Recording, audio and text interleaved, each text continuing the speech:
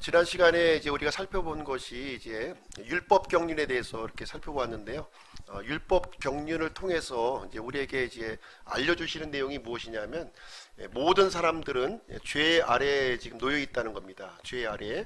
로마서 3장 9절 말씀을 보시게 되면, 그러면 어떠하냐? 우리는 그들보다 나으냐? 결코 아니라. 우리는 앞에서 유대인들과 이방인들을 검증하여 그들이 다 죄 아래 있음을 입증하였느니라, 이렇게 기록하고 있습니다.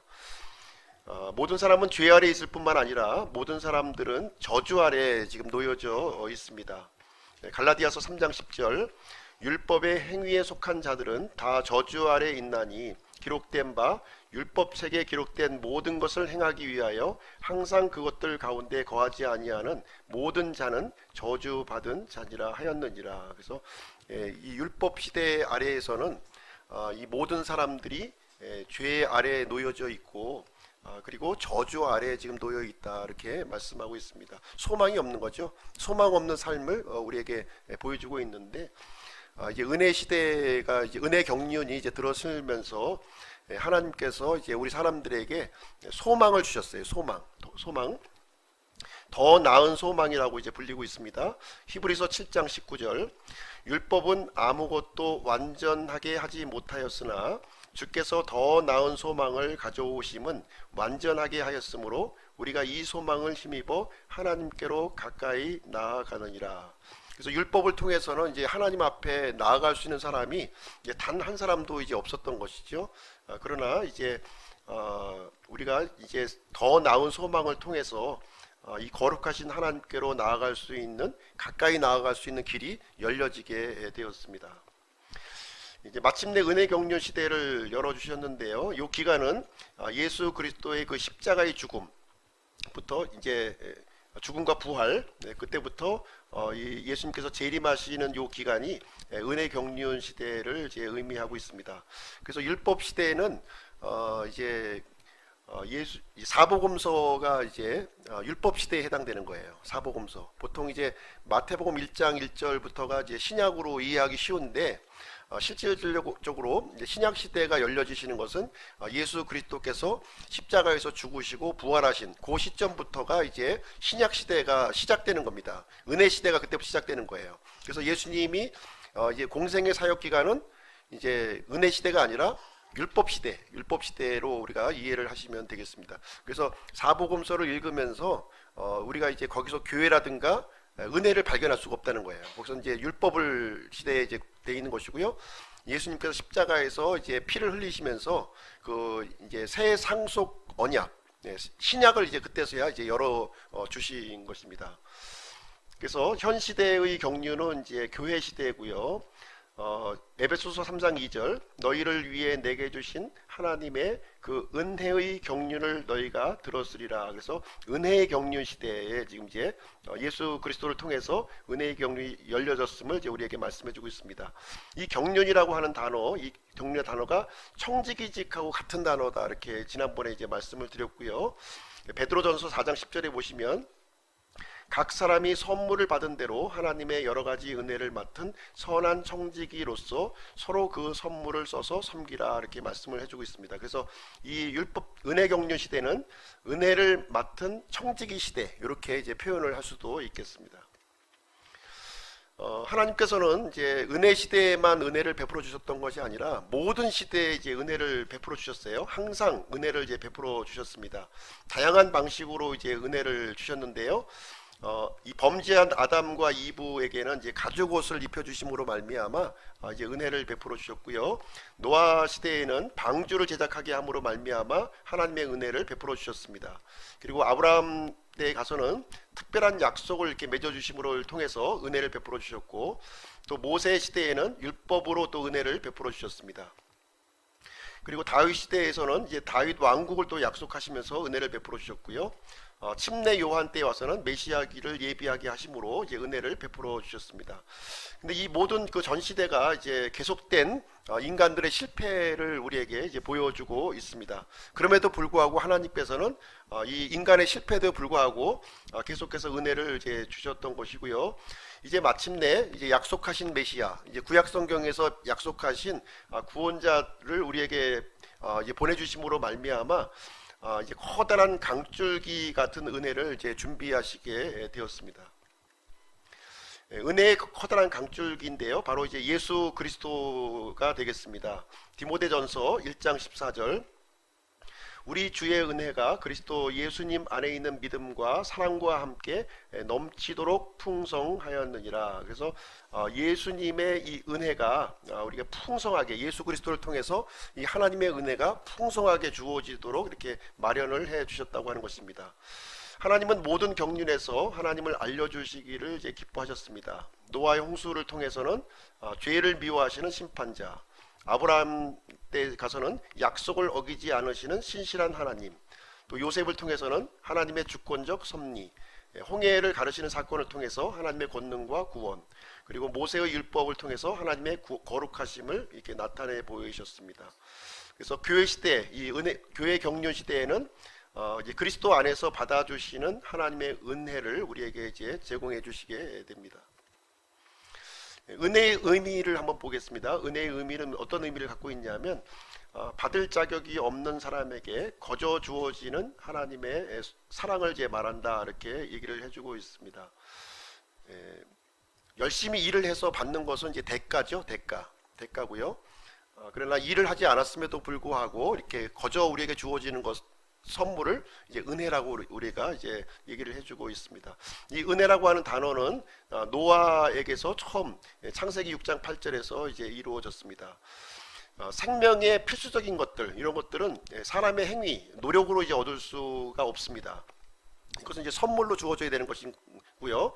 그래서 생명에 필요한 물, 공기, 햇빛, 영원한 생명, 이런 것들은 사람의 노력을 통해서 얻도록 하지 아니하시고 하나님께서 이렇게 선물로 우리에게 제공을 해 주셨습니다. 근데 이 선물이라고 하는 것은 당사자가 이제 받기를 거부하면 이제 받을 수가 없다는 것이 되겠습니다. 이 선물에 대한 의미를 알고 간절히 이렇게 구하게 되면 그 선물을 하나님께서는 우리에게 허락을 해 주시게 됩니다. 에베소서 2장 7절 말씀 보겠습니다. 에베소서 2장 7절 같이 좀 한번 읽어볼까요? 시작. 이것은 그분께서 그리스도 예수님을 통해 우리에게 베푸신 친절 속에 담긴 자신의 은혜의 지극히 풍성함을 다가오는 시대들 속에서 보여주려 하심이라. 그래서 예수 그리스도께서 오시기 전에는 우리는 다, 모든 사람들이 범법과 죄들 가운데 우리가 죽어 있었습니다. 우리는 소망이 없어요. 모든 사람들이 이제 하나님 앞에 받아들여지지 못한 존재이고 다 이제 지옥으로 갈 수밖에 없었던 그런 존재였습니다. 그러나 그리스도 예수님께서 우리에게 오심으로 말미암아 예수님을 통해서 이 하나님의 은혜를 이제 베풀어 주셨다고 하는 사실입니다. 예수 그리스도를 통한 은혜입니다. 은혜는 예수 그리스도 구원자를 통해서 은혜를 베풀어 주시는데, 디도서 3장 4절 말씀도 같이 한번 읽어보겠습니다. 시작. 사람을 향한 하나님 구원자의 친절과 사랑이 나타난 뒤에, 그래서 구원자의 친절이라고 얘기했어요. 구원자의 친절. 그러니까 하나님의 은혜와 하나님의 이 친절은 어디서 얻을 수 있냐면 구원자 예수 그리스도를 통해서만 우리가 얻을 수 있게 되는 것입니다. 사람을 향한 우리의 구원자의 친절과 사랑을 말하고 있고요. 특별히 죄 많은 사람들에게 하나님께서 친절을 베풀어 주신다고 하는 내용이 되겠습니다. 성경에 보시면 이제 다윗 왕과 무비보셋의 이야기가 이제 사무엘하 9장에 보면 이제 나와 있는데요. 이제 왕조가 바뀌게 되죠. 그 이스라엘의 첫 번째 왕이 누구였냐면 사울 왕이었어요. 사울 왕조가 이렇게 이어져야 됐는데 하나님께서 사울 왕조를 이렇게 폐하시고 다윗 왕조를 이제 새롭게 세우시는 장면이 이제 기록이 되어 있는데, 이 무비보셋이 누구냐면 이제 요나단의 아들이에요. 요나단의 아들이 되겠습니다. 그러니까 사울의 손자죠. 손자입니다. 이 무비보셋은 이제 태어날 때 이게 그 유모가 이게 안고 있다가 떨어뜨리는 바람에 양발을 다 다리를 저는 그런 이제 아이로 이제 성장하게 되었는데, 요나단의 이제 아이였습니다. 사실 이제 이 왕조가 바뀌게 되면은 지난 왕조는 다 이제 칼로 죽이고 이렇게 죽임을 당하는 것이 이제 일반적인 상례입니다. 그런데 여기 보시면 이제 다윗이 요나단의 이 아들 무비보셋, 절름발이 무비보셋에게 친절을 베푸는 장면이 이제 기록이 되어 있습니다. 사실 이제 무비보셋은 이제 그 전 정권의 이제 그 아들이다 보니까 이제 죽어야 될 그런 존재였지만 친절을 받을 자격이 없는 그런 사람이었어요. 그러나 이 다윗이 친절을 베풀었는데 그 이유는 무엇이냐면 이 아버지 요난단과의 그 약속, 그 언약 때문에 이제 받을 자격이 없음에도 불구하고 이 무비보셋에게 은혜가 베풀어지는 장면이 여기에 기록이 되어 있습니다. 하나님께서도 마찬가지죠. 하나님께서도 하나님과 죄인의 사람의 이야기로 우리가 대비를 시킬 수가 있는데요. 하나님께서도 사람들에게 친절을 베풀어 주셨습니다. 그런데 사람들은 모두 죄인이기 때문에 하나님의 친절을 받을 수 있는 자격이 이제 없었던 것이죠. 그러나 이 하나님의 친절이 어떻게 해서 우리에게 전달되어졌냐 하면 바로 예수 그리스도를 통해서 예수 그리스도와의 언약 때문에 우리에게 친절을 베풀어 주게 되었다, 이렇게 기록하고 있는 것입니다. 그래서 하나님은 죄인은 반드시 심판해야 돼요. 그런데 예수 그리스도를 통해서 이제 은혜를 베풀어 주시고 사람들의 죄를 용서해 주시게 되었음을 이제 우리에게 말해주고 있습니다. 그래서 은혜, 영어로 이제 그레이스죠. 그레이스인데요. G, 하나님의 리치, 풍성하심, 부요하심, 액, C, 크라이스트, 익스펜스. 그리스도의 이런 그 대가, 희생을 치러줌으로 인해서 하나님의 이 부요함이 우리에게 들어오게 되었다는 거예요. 사람의 노력 때문에 이루어진 것이 아니라 예수 그리스도의 이 대가를 지불하시고 희생을 치러주심으로 말미암아 하나님의 이 부요하심이 사람들에게 전달이 되게 되었다 하는 것이 바로 은혜라고 하는 뜻이 이제 되겠습니다. 고린도후서 8장 9절 같이 한번 읽어볼게요. 시작. 우리 주 예수 그리스도의 은혜를 너희가 알았거니와 그분께서는 부요하셨으나 너희를 위하여 가난하게 되심은 자신의 가난으로 말미암아 너희를 부요하게 하려 하심이라. 예수 그리스도로 이제 아버지 하나님과 함께 계셨던 분이셨죠. 그 부유하신 분이었어요. 모든 것을 가지신 창조주 하나님이셨는데 예수 그리스도께서 우리를 위하여 가난하게 되셨다는 것이죠. 이렇게 가난하게 되어 주심으로 말미암아 우리 사람들을 부유하게 해 주시게 되었다 하는 것을 말해 줍니다. 그래서 이것은 전적으로 주 예수 그리스도의 은혜라고 우리에게 말씀을 해주고 있는 것입니다. 죄인은 반드시 심판을 받아야 되는 거죠. 거룩하신 하나님 앞에서 이제 죄를 가진 사람들은 그 앞에 설 수가 없습니다. 다 이제 심판을 받아야 돼요. 하나님의 분노, 하나님의 형벌, 하나님의 진노, 하나님의 미움, 죄를 향한 미움을 우리는 받을 수밖에 없는 그런 이 존재였습니다.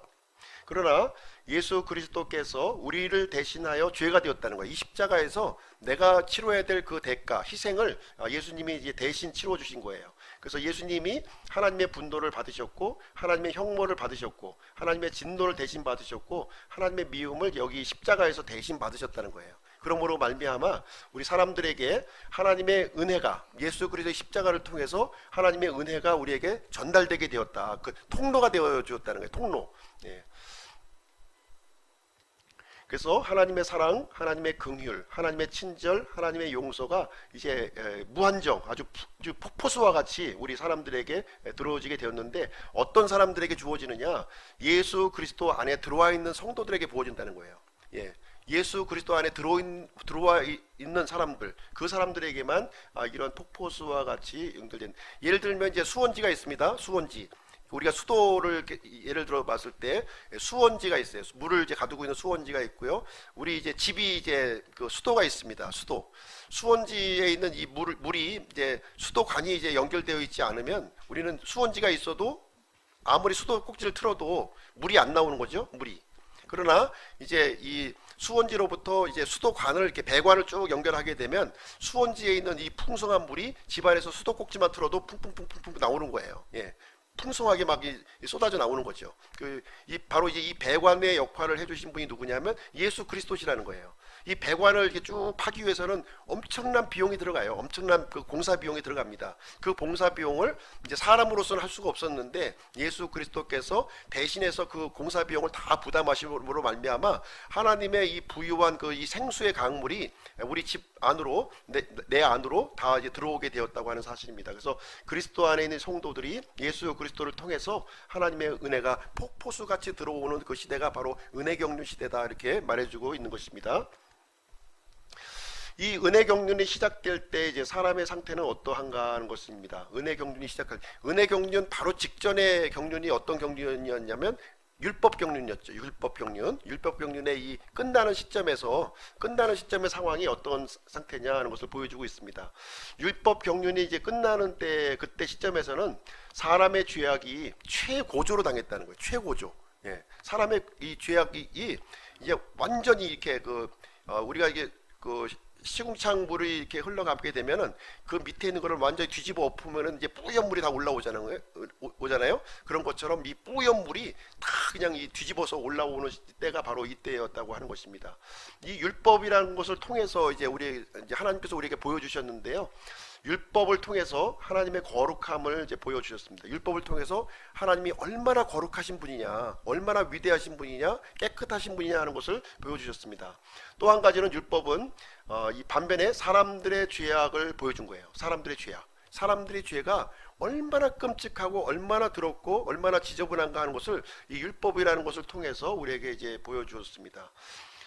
죄인들은 불신과 죄로 눈이 이제 가려져 있었습니다. 그래서 마침내 이제 요한복음 1장 11절에 보면 구약 성경에서 약속하신 메시아가 이제 오셨죠. 이스라엘 땅에 이제 오셨는데 이스라엘 백성들이 이제 메시아를 이제 영접하지 않는 장면이 이제 기록되어 있고요. 뿐만 아니라 메시아를 십자가에서 못 박는 그런 아주 사악함을 보여주게 됩니다. 그래서 이 십자가, 예수 그리스도께서 이제 달리신 이 십자가도 역시 두 가지 의미를 가지고 있는 거예요. 두 가지 의미. 이 십자가를 통해서 사람들이 얼마나 잔인한 존재인가, 얼마나 끔찍하고 이게 아주 이 사악한 존재인가를 보여주고 있고요. 또 한 가지는 이 십자가를 통해서 다른 측면을 또 보여주고 있는 거예요. 하나님의 그 은혜의 그 위대함을 또 이렇게 한편으로는 보여주고 있습니다. 그래서 이 십자가라고 하는 것은 양면성을 가지고 있다는 것입니다. 양면성을 우리에게 보여주고 있습니다. 하나님의 은혜는 인간의 죄보다 훨씬 크다고 하는 사실입니다. 만약에 하나님의 은혜가 인간의 죄보다 작다면 인간의 죄를 우리가 이제 죄로 말미암아 멸망할 수밖에 없겠죠. 그러나 하나님의 은혜가 죄보다 더 크기 때문에 죄의 모든 사악한 죄를 다 덮고도 남는 그런 은혜를 하나님께서는 보여주셨다고 하는 사실입니다. 로마서 5장 20절, 또한 율법이 들어온 것은 범죄가 넘치게 하려 함이거니와 죄가 넘친 곳에 은혜가 더욱 넘쳤나니. 그래서 율법을 통해서 하나님께서는 이 사람들의 이 죄악의 끔찍한 부분을 완전히 드러나게 하셨고요. 또 이 죄악을 덮고도 남을 더 풍성한 은혜를 하나님께서는 이제 또 우리에게 보여주셨다, 이렇게 말씀해주고 있습니다. 그래서 율법이라고 하는 것은 이제 확대경하고 같아요. 확대경. 우리가 이제 눈으로 볼 때는 아무것도 안 보이죠. 그러나 이제 현미경을 통해서 보면은 이 세균 덩어리가 이렇게 곳곳에 있는 것을 우리는 이제 보게 됩니다.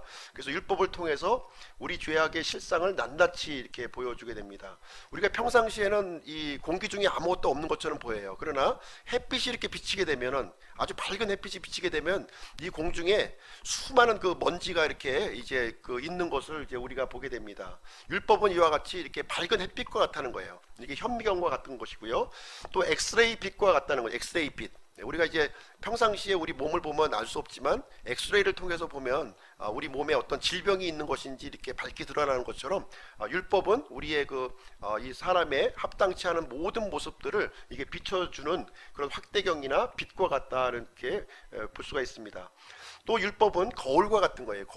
거울이라고 하는 것은 이제 우리 외면을 이제 보여주는 것이죠. 그래서 우리가 얼마나 추하고 더러운지를 보여주고 우리의 속중심, 특별히 이제 거울은 우리의 그 외모를 보여주는 것이지만 율법은 우리의 속을 비춰주는 거울이에요. 속을. 그래서 속 중심의 부패한 마음과 동기까지 율법은 이제 비춰줘서 율법으로 말미암아 사람의 죄를 더욱더 죄악되게 하게 했다는 것입니다.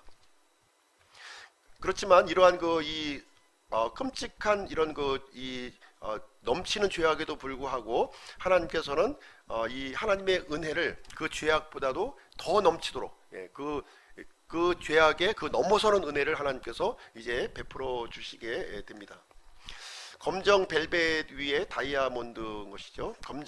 이 다이아몬드가 이제 이렇게 찬란하게 이게 빛을 비치게 되는 것은 무엇이냐면, 검정색 벨벳 위에 이렇게 있을 때 그 빛이 더 영롱하게 이제 비춰지는 거예요. 그래서 이 사람의 죄악도 마찬가지입니다. 이 율법을 통해서 아주 시꺼먼 죄를 이렇게 배경으로 비춰주었을 때 하나님께서 우리에게 부어주신 은혜가 이 다이아몬드와 같이 영롱하게 빛을 발할 수 있도록 이렇게 해주셨다고 하는 사실입니다.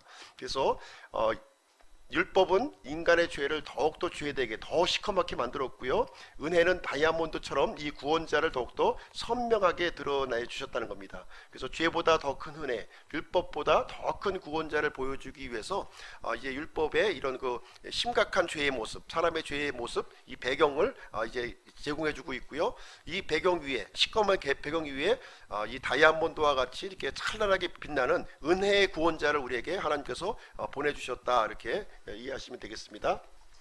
십자가는 이제 아까 말씀드렸지만 양면성이 있다, 이렇게 말씀을 드렸어요. 양면성. 어떤 사람에게는 굉장히 거침이 되는 것이었고요, 어떤 사람에게는 이 십자가가 이제 그 생명과 하나님의 능력이 되었다고 하는 사실입니다. 이 십자가는 율법의 끝마침이 되었어요. 율법의 끝마침. 더 이상 율법의 속박에서 살지 않도록 이렇게 해줬고요, 반면에 또 이 십자가는 은혜의 시작점이 되게끔 이렇게 만들어 주셨다는 것입니다. 그리고 이 십자가는 유대인들을 거절하게끔 했어요.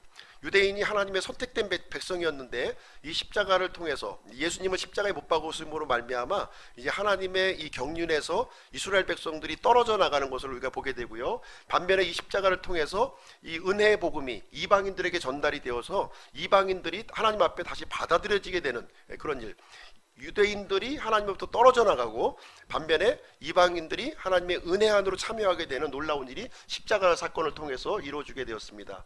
십자가는 사형도구였습니다.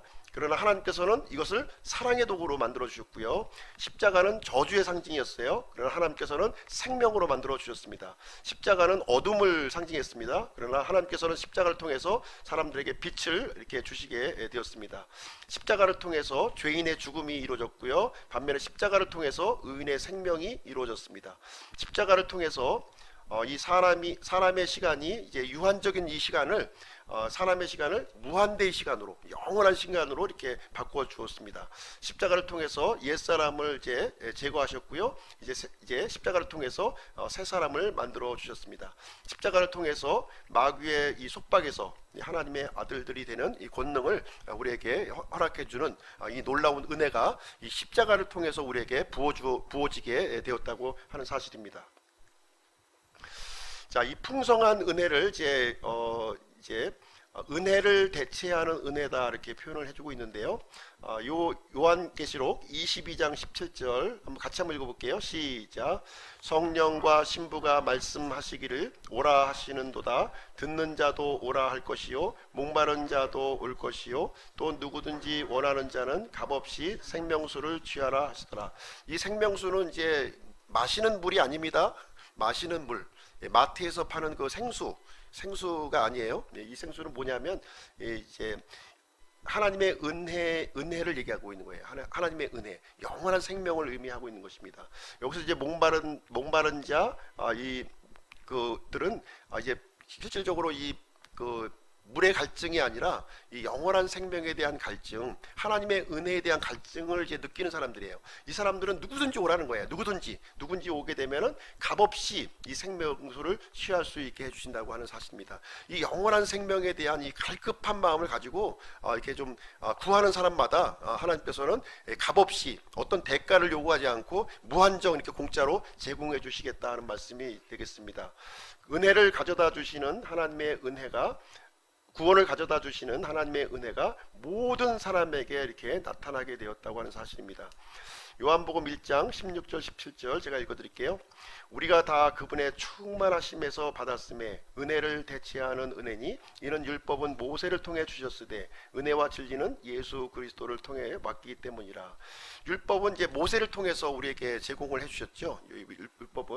율법을 통해서 모든 사람들이 하나님 앞에서 죄인이고 하나님 앞에 받아들일 수 없는 그런 존재였어요. 그러나 예수 그리스도를 통해서 하나님께서는 은혜와 진리를 우리에게 제공해 주심으로 말미암아 예수 그리스도를 통해서 이제 값없이 이제 하나님의 이 영원한 생명 은혜를 받을 수 있도록 이렇게 마련을 해주셨습니다. 자, 거룩하신 하나님 앞에서 사람의 상태는 어떠할까요? 거룩하신 하나님 앞에 사람의 상태는 사람은 하나님 앞에서 모두 유죄라는 거예요. 예. 이 세상에 살고 있는 사람은 모든 사람들이 다 하나님 앞에 유죄 판결을 받은 사람들입니다. 그리고 불순종의 자녀들이라는 것이고요. 진노의 자녀들이고 범법과 죄들 가운데 있고 잃어버린 자들이고 선하지 않는 존재이고 불의한 존재이고 단 한 사람도 예외가 없이 죄인이라고 하는 사실입니다. 이 죄인이라는 사실의 증거는 뭐냐면 모든 사람들이 죽는다는 거예요. 모든 사람이 죽는다는 것이 결정적인 증거라는 겁니다. 그것이 죄인이기 때문에 죽는 거예요. 죄인이기 때문에. 그래서 모두 사형에 해당하는 죄인이다. 하나님께서는 모든 사람들이 사형에 해당하는 죄인이고 심판받고 지옥에 갈 수밖에 없는 존재이다 하는 것을 이제 말씀을 해주고 있습니다. 사람들은 이제 소망이 없는 상태에서 이제 살 수밖에 없는 그 사람의 상태를 우리에게 마련해주고 있습니다. 율법이 이것을 더 확증을 시켜주고 있는 거죠. 율법이 사람들이 죄인이라고 하는 사실을 분명하고 더 확실하게 확증을 시켜주고 있는 내용이 되겠습니다. 그러나 이제 하나님께서는 이 그 소망이 없는 죄인들에게 은혜를 베풀어 주셨다는 거예요. 은혜. 예. 이 절망 가운데 있는 우리 사람들에게 은혜를 베풀어 주신 거예요. 은혜. 하나님께서는 이제 죄인들에게 은혜를 베풀어 주시길 원하십니다. 죄인이 심판받는 것을 원치 아니하시고 은혜 받기를 원하신다는 것입니다. 하나님께서는 영원한 선물을 우리에게 주고자 하시는데요. 그것은 이제 영원한 생명이에요. 하나님께서 주시고자 하는 것은 우리가 영원히 우리가 죽지 않고 영원한 생명을 얻도록 하는 것이 하나님께서 주시고자 하는 그런 은혜가 되겠습니다. 그런데 이제 문제가 있는 거죠. 하나님의 은혜를 주시기 위해서는 사람들이 죄인이라는 거예요. 죄인은 하나님의 은혜를 받을 수가 없는 거예요. 그래서 이제 이 사람들의 죄를 이제 해결을 해주시게 되는데 여기 보면 사람의 죄를 해결해 주시는 법칙을 이제 성경에 우리에게 알려주시고 있습니다. 성경에 사람들의 죄를 없애는 이 법이 두 가지가 나와요. 두 가지를 통해서 이제 이 죄를 해결할 수가 있는데요. 첫 번째는 무엇이냐면 율법으로 하는 방법입니다. 율법을 통해서 사람의 죄를 제거할 수 있어요. 두 번째는 하나님의 은혜로 해결하는 방법이 되겠습니다. 그런데 율법으로 하는 방법은 불가능하다는 거예요. 왜냐하면 율법은 완전하게 지켜야만 효력이 있다고 하는 사실이에요. 100가지 중에서 단 한 가지만 어겨도 율법을 어긴 자가 되기 때문에 율법을 100% 어긴다면 우리가 하나님의 은혜를 받을 수 있는 자격이 주어지지만 100%다 율법을 지킬 사람은 이 세상에 단 한 사람도 없다고 하는 사실입니다. 그래서 율법으로 하는 방법은 되지만 실질적으로 이제 우리가 이제 선택할 수 있는 방법이 안 되는 겁니다. 그러면 이제 하나님의 은혜를 받을 수 있는 방법은 은혜로 해결하는 방법밖에 없는 거예요. 은혜로 해결하는 방법. 사도행전 4장 12절에 나와 있는데요. 하늘 아래 다른 이름을 주신 바가 없나니 이제 다른 이름으로는 구원을 받을 수 없다 이렇게 말씀하시면서 오직 예수 그리스도를 통해서만이 하나님의 은혜를 받을 수 있다 이렇게 말씀해주고 있습니다. 그래서 예수 그리스도께서 죄인을 위해 죽으셨다고 하는 것은 이것은 아주 기쁜 소식이에요. 좋은 소식입니다. 굿뉴스로 우리에게 주신 것입니다. 그래서 이 하나님의 그 영원한 선물을 받기 위한 유일한 근거는 예수 그리스도시라는 것입니다. 이것은 사람들이 노력해서 얻을 수 있는 것이 아니고 예수 그리스도를 통해서 거저 주어지는 은혜이다 이렇게 말씀을 해주고 있습니다. 그리고 이제 예수님께서는 이제 십자가에서 죽으셨을 뿐만 아니라 이제 십자가에서 이 죽은 자 가운데서 부활하셨다는 거예요. 그래서 우리가 이제 성경에 말하는 이제 복음은 이제 두 가지 의미를 우리가 이제 충족했을 때 이제 완전한 복음이 되는 것입니다. 예수 그리스도를 통해서 죄 사함을 받았고 예수 그리스도의 부활을 통해서 이제 하나님의 영원한 생명을 소유했다고 하는 거예요. 만약에 죄 사함만 받았다고 생각한다면 복음의 반쪽짜리만 믿고 있는 거예요. 온전한 복음을 믿고 있는 것이 아닙니다. 죄 사함을 받았고 예수 그리스도의 부활을 통해서 하나님의 영원한 생명이 우리 안에 주어졌다고 하는 것이 대단히 중요한 복음이에요. 우리에게 기쁨을 주는 것이고 소망을 주는 거예요. 이 세상 살아가는데 죄 사함을 받았고 구원을 받았는데 열심히 고통 중에 살다가 나중에 죽은 다음에 우리가 영원한 생명을 받는다면 그것이 나에게 무슨 의미가 있겠어요? 살아있는 동안에는 아무 의미가 없다는 것이죠. 그러나 예수 그리스도께서 십자가에서 부활하심으로 말미암아 우리에게 영원한 생명을 주셨기 때문에 죽은 다음에 영원한 생명을 얻는 것이 아니라 예수 그리스도를 받아들이는 순간 우리가 영원한 생명을 소유한 자가 되었다는 거예요. 그래서 이 땅에 우리가 영원한 생명을 소유한 자로서 살아가는 것이 중요한 거예요. 나중에 우리가 죽은 다음에 천국을 가는 것도 굉장히 중요하지만 우리가 지금 이 땅에 살면서 영원한 생명을 소유하고서 살아가고 있는다고 하는 것은 더 중요한 사실이라는 거예요. 새로운 신분으로서 새로운 그 생활을 우리가 살아가고 있는 것입니다. 예수님을 믿기 전에는 어떤 삶을 살았나요? 마귀의 속박 가운데 죄의 종로로 살았어요. 이제 예수 그리스도를 나의 왕이요 나의 주인이요 나의 구원자로 받아들임으로 말미암아 예수님을 믿고 신뢰하고 살아가는 이 새로운 생활, 새로운 삶, 변화된 삶을 우리가 살아가고 있다고 하는 사실입니다. 이 부분이 굉장히 중요한 부분이에요. 그래서 이제 우리가 하나님 앞에서 이제 큰 죄를 지은 것은 뭐냐면은 우리가 여러 가지 죄를 지은 게 있어요. 윤리적으로 많은 죄가 지은 게 있지만 가장 큰 죄가 뭐냐? 예수 그리스도께서 십자가에서 죽으셨음에도 불구하고 그 사실을 내가 받아들이지 않고 예수님을 주인으로 왕으로 나의 구원자로 받아들이지 않은 죄가 가장 큰 죄라고 우리에게 말씀을 해주고 있는 거예요. 그래서 예수님을 믿지 않는 죄가 가장 큰 죄인 거예요. 그게 가장 큰 죄에서 이제 돌이켜서 이제 예수님을 나의 주인이요 하나님으로 받아들였다면 이제 내가 주인 노릇하는 것이 아니라 이제 예수님을 주인 노릇하면서 예수님을 주인으로 모시면서 살아가는 것이 믿음의 삶이요 구원받은 자의 삶이라고 하는 사실을 여기서 이제 말씀을 해주고 있는 것입니다. 예수님은 이제 그 기독교의 가장 큰 상징은 뭐냐면 빈 무덤이에요. 빈 무덤. 부활하셨다는 거예요. 죽은 자에서 사망 가운데서 부활하신 예수님을 우리가 왕이요 주인이요 하나님으로 우리가 모시면서 살아가고 있는 것입니다. 로마서 1장 4절 거룩함의 영으로는 죽은 자들로부터 부활하심으로써 하나님의 아들로 권능 있게 밝히 드러나셨느니라. 예수님은 죽은 자로부터 부활하시기 전에도 하나님의 아들이셨죠. 그러나 예수님이 죽은 자로부터 부활하심으로 말미암아 하나님의 아들로 입증이 되었다는 거예요. 입증이 되었다. 이 부활하신 그 아들 하나님을 우리 마음속에 모시면서 살아가는 복된 존재가 되었음을 우리에게 말해주고 있습니다. 베드로전서 1장 3절 하나님 곧 우리 주 예수 그리스도의 아버지를 찬송하리로다. 그분께서 자신의 풍성하신 긍휼에 따라 죽은 자들로부터 예수 그리스도를 부활하게 하심으로 우리를 다시 낳으사 산 소망에 이르게 하셨으며. 그래서 아버지 하나님께서 이 아들 하나님을 죽은 자로부터 부활하셨다는 거예요. 부활케 하셨다는 겁니다. 그 부활하신 예수님을 통해서 하나님의 풍성한 은혜, 이 긍휼이 우리에게 쏟아져 부어지게 되었고 우리가 이제 우리를 다시 태어나게 했다는 거. 우리를요 영적으로 다시 출생하게 해주셔서 과거에는 영적으로 죽었던 사람이었어요. 죽었던 사람이었지만 이제 예수 그리스도를 통해서 이제 영적인 생명을 얻은 자로서 이제 산 소망에 이르게 하는 산 소망에 이르게 하셨다고 하는 사실입니다. 더 이상 나에게 죽음이 지배하지 아니하고 죄가 지배하지 아니하고 마귀가 속박하지 않는 이 그 하나님의 권능 가운데 우리가 놓여져 있는 이 놀라운 존재의 그 삶을 살게 해주셨다는 것이 되겠습니다. 구원은 부활하신 예수님이 구원자, 주님이 되시는 거예요. 예수님은 죄사함을 얻기 위해서 죽으신 거로 끝난 게 아니에요. 부활하셨습니다. 부활하셔서 우리의 주인이 되었고 하나님이 되셨고 왕이 되어 주신 거예요. 이제 그분을 왕으로 모시면서 살아가는 삶이 바로 이제 이 복음을 믿고 영원한 생명의 삶을 우리가 살아가고 있는 것입니다. 그래서 예수 그리스도를 통해서 죄와 범법으로 죽었던 영이 이제 우리가 살아나게 되는 것이고요. 새로운 생명 가운데 살아가는 것이고 예수님을 알아가며 함께 살아가는 것이 이제 예수님과 더불어서 모셔 예수님을 주인으로 모시고 내가 함께 살아가고 있는 이것이 바로 이제 영원한 생명을 우리가 살아가는 것이다 하는 것을 성경은 우리에게 가르쳐주고 있습니다. 복음은 십자가와 부활이 이렇게 결합되었을 때 완전한 복음이에요. 십자가만 믿으시면 안 돼요. 십자가만. 십자가 플러스 이제 부활을 같이 우리가 이제 믿으셔야 된다고 하는 사실입니다.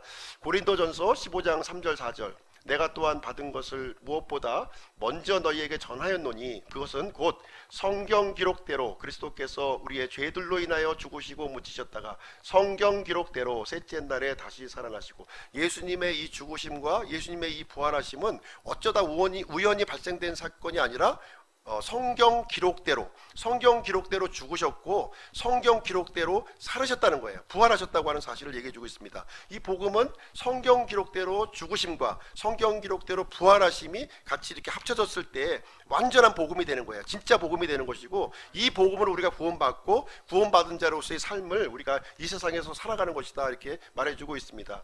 예수님께서 이제 이 표적을 구하는 유대인들을 향해서 너희들에게 보여줄 표적은 단 하나밖에 없다. 나를 볼 때마다 계속 표적을 구해달라고 하는데 진짜 표적 하나 있는데 그건 뭐냐? 바로 요나의 표적이다 이렇게 얘기해주고 있어요. 요나의 표적은 무엇입니까? 이제 죽었다가 다시 사흘 만에 다시 이제 부활한 사건, 그 사건을 얘기해주고 있는 거예요. 예수 그리스도께서 나의 죄를 위해서 죽으시고 사흘 만에 나의 죄를 완전히 이제 제거하시고 의로움 가운데 부활하신 그것이 바로 진짜 복음이요 우리에게 기쁜 소식이 우리에게 되는 것이 되겠습니다. 그래서 십자가는 죄사함, 하나님과 화해를 시켜주는 거예요. 우리의 죄값이 완전히 지불되었습니다. 그래서 이제 이 죄값이 지불됨으로 말미암아 하늘나라에 갈 수 있는 근거가 마련되었어요. 근거가. 그 다음에 예수님은 부활하셨어요. 영원한 생명을 가지고 부활하셨습니다. 이 부활하심을 통해서 우리에게 믿는 자들에게 하나님의 의를 우리에게 주셨다는 거예요. 하나님의 영원한 이 생명을 우리 마음속에 부어주신 거예요. 그러므로 말미암아 예수 그리스도께서 통치하는 사람의 모습이 우리에게 되어졌다고 하는 것입니다. 이제 우리의 삶은 이제 이렇게 그리스도께서 통치하는 삶, 이 마귀의 이런 이 종로로 타는 것이 아니라 마귀를 이기고 이렇게 승리하는 그런 삶의 모습을 우리에게 살아야 됨을 우리에게 말씀해 주고 있습니다. 이 예수 그리스도의 이 죽으심과 이 부활하심은 모든 사람이 믿을 만한 증거로 우리에게 제시해 주신 거예요. 모든 사람이 믿을 만한 증거로 아주 공적으로 우리에게 보여주신 역사적인 사건으로 우리에게 보여주신 사건이었고요.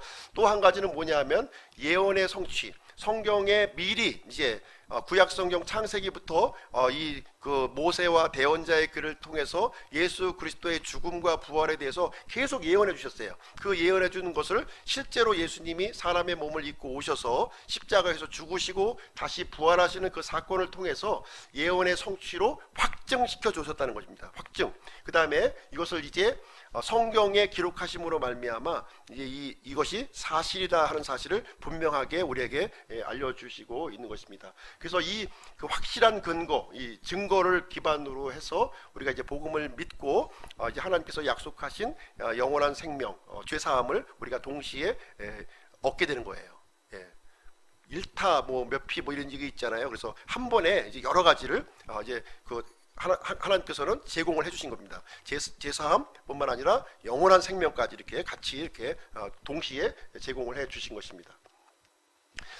예수님의 부활에 대해서 이렇게 그러다 보니까 공격이 많이 있는 거예요. 공격. 예수님의 이 부활에 대해서 그거는 이 사실이 아니라고 하는 그런 이 반증을 이제 많이 이제 하고 있는데요. 대표적인 사람들을 이제 누구를 볼 수 있냐면 영국의 이제 프랭크 이제 모리슨이라고 하는 사람이 있어요. 대표적인 이제 무신론자예요. 그래서 예수님의 이 부활이 이제 역사적인 그 문제점을 갖고 있다 하는 것을 이제 연구하기 시작을 했는데요.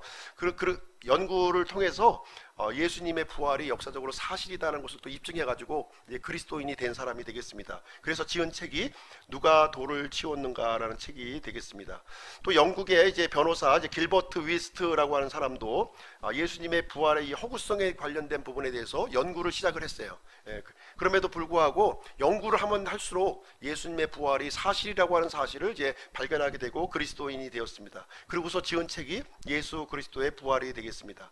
영국의 변호사 목사 리틀튼 같은 사람도 이제 사도 바울의 회심에 대해서 이렇게 의구심을 품고 이렇게 연구를 하기 시작했는데 그것도 이제 사실이라는 사실을 이제 발견하게 되고 사도 바울의 회심이라는 책을 쓰게 되었습니다. 그리고 이제 벤허라는 이제 책이 있죠. 벤허 루 윌리스라고 하는 사람이 이제 지은 이제 책이 이제 되겠는데요.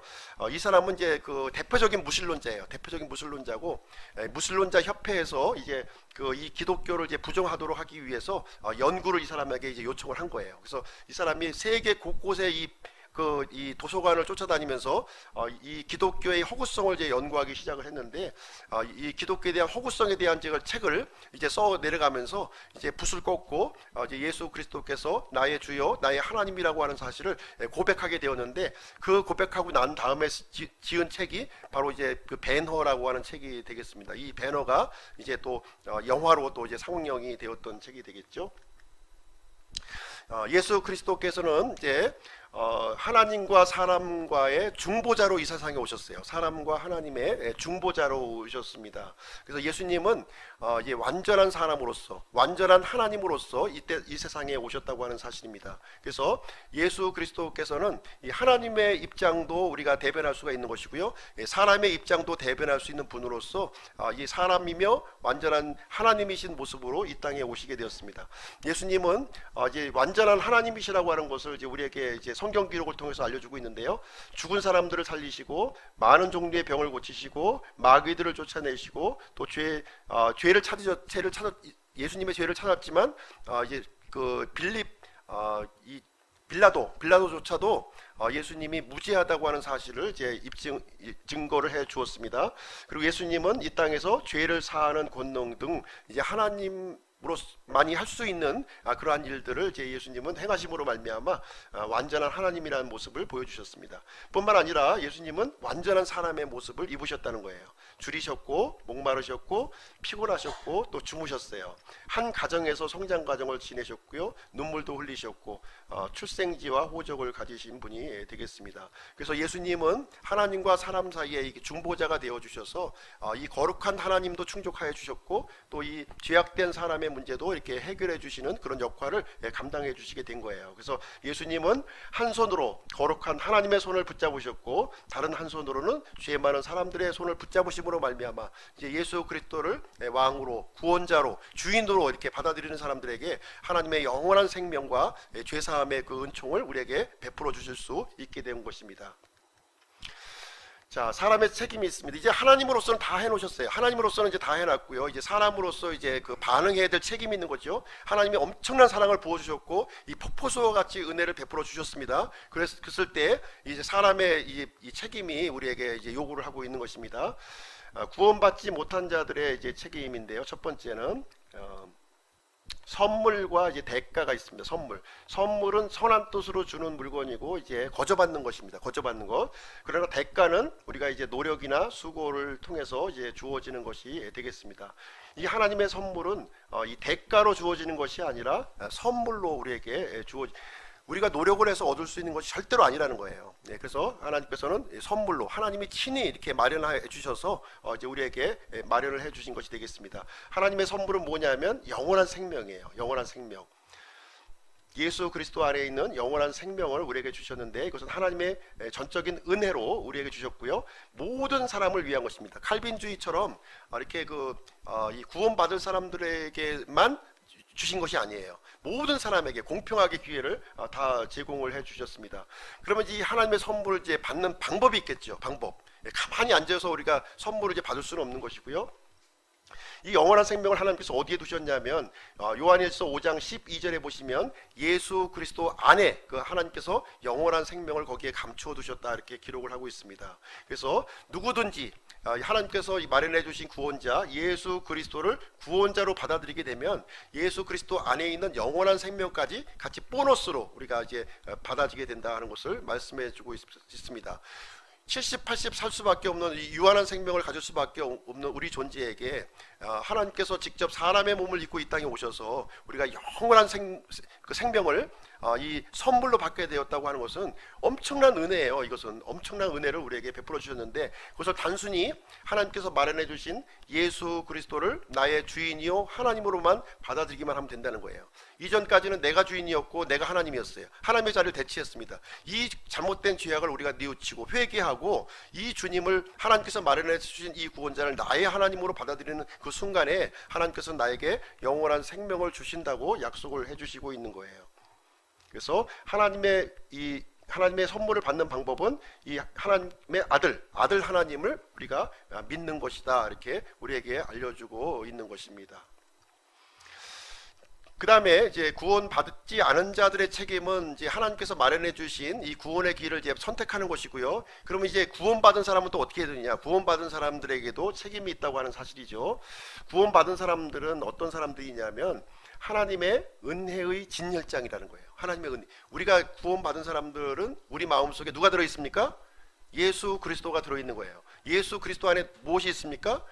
하나님의 영원한 생명이 들어있는 거예요. 그 영원한 생명과 예수 그리스도가 들어있는 사람들은 이제 어떤 모습이어야 되는가 하는 것을 얘기해주고 있는 거예요.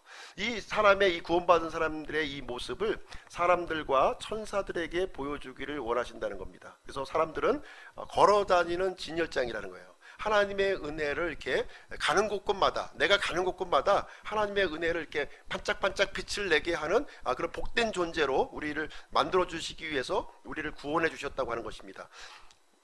내가 구원받았음에도 불구하고 여전히 내가 주인 노릇하고 내가 왕 노릇하고 하는 것을 하나님께서 원하신 건 아니고요. 거기서부터 우리가 돌이켜서 회개한 것이기 때문에 예수 그리스도의 주인된 모습을 우리가 가는 곳곳마다 그것을 보여주도록 하기 위해서 우리가 그런 모습으로 우리가 구원을 해 주신 것입니다. 에베소서 2장 7절 같이 한번 읽어볼게요. 시작. 이것은 그분께서 그리스도 예수님을 통해 우리에게 베푸신 친절 속에 담긴 자신의 은혜의 지극히 풍성함을 다가오는 시대들 속에 보여주려 하심이라. 보여주려 하심이라는 거예요. 우리가 이제 이 은혜를 하나님께서 우리에게 베풀어 주신 이유는 뭐냐면 우리 안에 들어있는 이 영원한 생명, 그 하나님의 이 풍성한 은혜를 이 다가오는 시대 속에 나를 통해서 이렇게 보여주려고 하기 위해서 구원을 해주셨다, 이렇게 얘기해주고 있습니다. 에베소서 3장 10절도 마찬가지예요. 그 목적은, 우리를 구원하신 목적은 이제 교회를 사용하사 하나님의 처소들에 있는 정사들과 권능들에게 하나님의 갖가지 지혜를 알게 하려 하십니다. 우리를 구원해 주신 이 은혜는 하나님의 지혜와 하나님의 권능으로 우리를 구원해 주셨어요. 우리 구원 받은 사람들을 통해서 하나님의 지혜, 갖가지 지혜와 이 하나님의 권능을 이제 하늘의 처소들에 있는 이 영적 존재들에게 보여주도록 할 목적으로 우리를 구원해 주셨다, 이렇게 얘기하고 있습니다. 굉장히 복된 존재예요. 우리가요.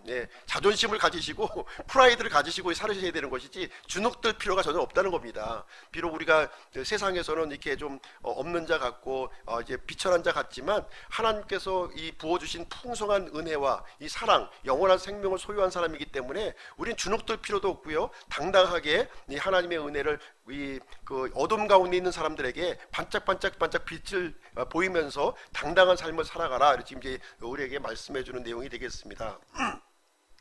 그래서 하나님께서는 위대한 교육을 이제 은혜의 경륜 시대를 통해서 우리에게 이제 가르쳐 주고 계시는 거예요. 그 하나님의 이 학교는 이제 우주고요. 우주란, 하나님은 이제 스케일이 큽니다. 이렇게 조그만 클래스에서 가르쳐 주는 것이 아니라 하나님의 학교는 이제 우주입니다. 우주, 영적 존재까지 다 포함하는 우주가 되는 것이고요. 교사는 하나님이시고 학생들은 이제 천사들이 되고요. 과목은 하나님의 은혜와 지혜가 되겠습니다. 학습 목표는 하나님의 은혜와 지혜의 산물이 이제 교회임을 이제 이렇게 우리가 알려주시는 내용이 되겠습니다. 사도 바울과 같은 경우도 이제 아주 구원받기에는 적합하지 않은 사람이죠. 그죠? 이 사도 바울은 이 교회를 이제 가는 곳곳마다 핍박했던 사람이에요. 가는 곳곳마다 그리스도인들을 핍박하고 박해하고 이제 감옥에 가두고 심지어 죽이기까지 하는 일에 참여했던 아주 큰 죄인이었습니다. 큰 죄인. 이 사람이 이제 예수 그리스도의 은혜로 말미암아 이제 구원받게 되었고요. 하나님이 예수 그리스도께서 위대한 구원자라고 하는 사실을 이제 발견되었고, 또 이 하나님의 오래 참음과 하나님의 은혜를 또 발견하게 됩니다. 하나님의 은혜를 이제 배우는 그런 사람이 되었습니다.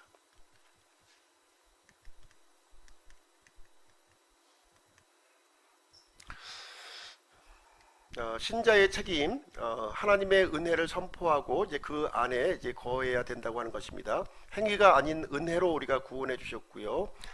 은혜 안에 우리가 거해야 한다고 하는 사실입니다. 우리가 행위로 구원받았다면 우리 행위를 사람마다 자랑하겠죠? 우리는 행위로 구원받은 것이 아니라 무엇으로 구원받았습니까? 하나님의 은혜로 구원받았어요. 그렇기 때문에 우리가 자랑할 내용이 있다면 무엇이냐면 하나님의 은혜를 가는 곳곳마다 자랑하고 하나님의 은혜 안에 거해야 된다고 하는 사실입니다. 그래서 은혜의 복음을 우리가 증거해야 되는 것이고요. 은혜 안에서 우리가 자라나야 되는 것입니다. 그래서 진리의 말씀으로 성장하는 것이 하나님의 기쁨이 되겠습니다. 그래서 우리 구원받은 사람들은 죄 안에 거해서는 안 된다는 거예요. 죄 사함 받았다고 해서 죄에 대한 면허증을 우리에게 주신 것이 아니거든요. 그래서 내 마음대로 이제 방종하면서 사는 것을 의미하는 것이 아니라 이제 영원한 생명을 소유한 자로서 하나님이 주인과 하나님을 모시면서 우리가 살아가는 삶을 말해주고 있습니다. 그래서 우리의 삶을 마땅히 이제는 우리를 구원해 주신 하나님을 기쁘게 해주시는 그런 삶을 살아야 되는 것인데요. 하나님을 기쁘게 하는 방법은 뭔가요? 우리가 믿음이 없이는 하나님을 기쁘시게 못한다 이렇게 했기 때문에 하나님을 믿는 삶이 하나님을 기쁘게 하는 삶이요, 하나님께 영광 돌리는 삶임을 우리에게 알려주고 있습니다. 사람의 실패, 은혜 경륜도 사실 이 하나님께서 이 엄청난 은혜를 우리에게 폭포수같이 은혜를 베풀어 주셨지만 정작 은혜를 받는 이 당사자들이 너무나도 이렇게 좀 하나님의 은혜를 받아들이지 않는다는 거예요. 하나님의 이 큰 은혜에도 불구하고 이제 모든 경륜보다는 그래도 하나님께로 이제 받아들여진 사람은 많지만 그래도 하나님의 은혜를 받아들이지 않은 사람이 또 많다고 하는 사실을 알려주고 있습니다. 극소수의 사람만, 이 은혜 경륜에서도 극소수의 사람만 하나님의 선물을 받아들이게 되고요. 대다수의 사람들은 이제 넓은 길을 이렇게 걸어가면서 이제 그리스도께서 왕과 주인이 되는 것을 거부하는 삶을 이제 살아가고 있습니다. 이제 무신론자 인고솔이라고 하는 사람이 있는데요. 이 인고솔이라는 사람이 이제 하루는 이제 그 연설장에서 이렇게 얘기를 했다고 합니다. 내가 하나님이 존재하지 않음을 증명해 보이겠다 이렇게 얘기하면서 성경에 의하면 신성 모독하면 하나님께서 직접 쳐서 죽인다 이렇게 기록이 되어 있는데 내가 지금 이 순간에 하나님을 모독하고 이제 5분간의 여유 시간을 주겠다. 5분이 지나서 내가 죽지 않는다면 하나님은 없는 것이다. 이렇게 이런 식으로 해서 이제 자신이 5분이 지나서 이제 죽지 않았다는 것을 보여주고 하나님이 안 계시다는 것을 이제 증명해 보인 이제 이 사람이 이제 되겠습니다.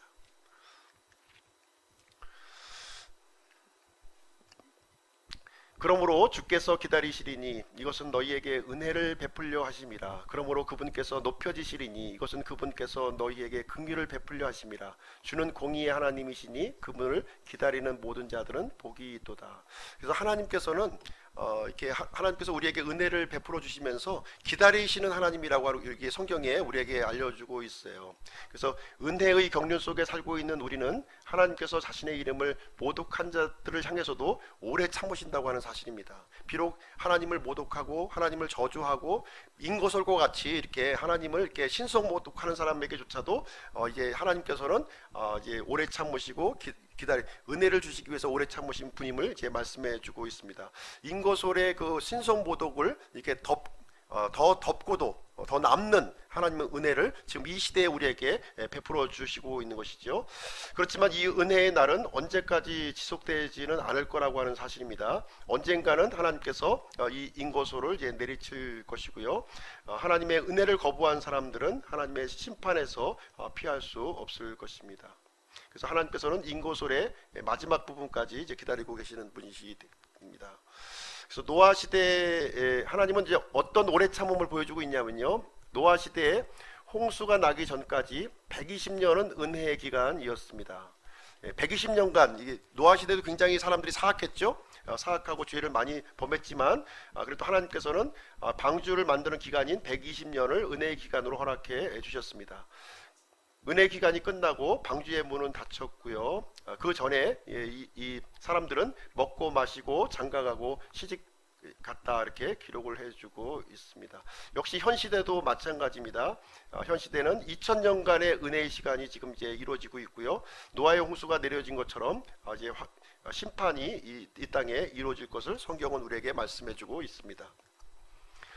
구원받은 자들의 실패를 보겠습니다. 이 신자들도 하나님의 은혜를 전하는데 실패했습니다. 예수님께서 이제 하나님의 은혜의 복음을 이렇게 열어주셨지만 교회사를 통해서 쭉 살펴보게 되면 하나님을 믿었던 사람들이 이제 이 하나님을 믿는데 실패한 모습을 보게 주게 됩니다. 대표적인 것은 중세 암흑기 동안인데요. 이 중세 암흑기 동안의 교회는 하나님의 은혜를 전혀 이제 가르치지 않았습니다. 구원이 수고의 대가로 주어지는 것처럼 가르쳤고요. 도처의 어둠이 가르쳤습니다. 그래서 로마 카톨릭을 통해서 이제 행위구원을 이제 가르쳤던 그런 시대가 있었습니다. 오늘날에도 역시 이제 많은 교회들이 잘못된 것을 가르치고 있습니다. 구원은 선행이나 노력의 결과, 이제 믿음에다가 행위를 이제 첨가하는 그런 그 일을 진행하고 있고요. 그리고 은혜로 구원받았으나 이제 구원받은 이후에는 또 율법을 지켜야 된다고 하는 이 갈라디아주의가 또 이렇게 또 가르침이 있습니다. 율법에 따른 행위와 거룩해지려는 행위는 우리가 이제 다른 것이죠. 이제 그래서 우리가 이제 선한 행실로 우리가 구원을 받을 수 없지만 구원받은 자는 마땅하니 선한 그 행실을 통해서 그 열매를 통해서 구원받았다고 하는 사실을 우리가 이제 알 수가 있는 것입니다. 다수의 사람들이 진리에서 벗어나 이제 거짓을 가르치고 있습니다. 복음도 많이 왜곡되어 있죠. 제가 오전에도 말씀드렸지만 복음도 반쪽짜리 복음으로 이제 바뀌어지고 있고요. 기복신앙으로 이렇게 전환되고 있는 모습을 이제 보게 됩니다. 그래서 오늘날에 이제 진실된 그리스도인이 이제 많지 않은 것을 이제 우리는 보게 됩니다. 그래서 이제 결론적으로 하나님께서 심판이 또 이제 이루어지게 되는데요. 은혜의 날은 영원히 이렇게 지속되지 않습니다. 하나님의 선하심과 오래 참음을 이제 멸시하는 자들이 있고요. 이 사람들에게는 하나님의 심판이 이제 피하지 못합니다. 그리고 입으로만 고백하고 마음으로 먼 종교인들을 심판하시게 됩니다. 은혜의 날은 끝날 때가 이제 다가오고 있고요. 은혜의 경륜이 끝나게 되면 이제 환난기가 임하게 될 것입니다. 하나님의 은혜를 거절하는 것은 아주 매우 위험한 것임을 이제 여기서 지적해주고 있습니다. 은혜로 구원받은 죄인인가요? 이제 하는 질문인데요. 우리 구원받은 사람들은 십자가의 공로와 부활의 생명을 소유한 사람이고요. 하나님의 은혜를 드러내는 우리 트로피, 진열장이 되어야 함을 우리에게 말씀을 해주고 있습니다. 그래서 마지막 때가 갈수록 믿는 자들의 이 믿음이 이제 식어지고 있고 이 믿음의 교리들이 점점 약화되고 있는 모습을 우리는 이제 발견해 보게 됩니다. 그래서 우리 이제 말씀을 그대로 믿는 우리 성도들이 이 하나님의 은혜와 이 하나님의 이 복음을 굳건히 붙잡고 이제 우리 이 세상에 이제 주님께서 우리에게 전달해 주셨던 것처럼 동일한 내용들을 우리가 전하는 사명을 감당해야 될 줄로 생각을 합니다.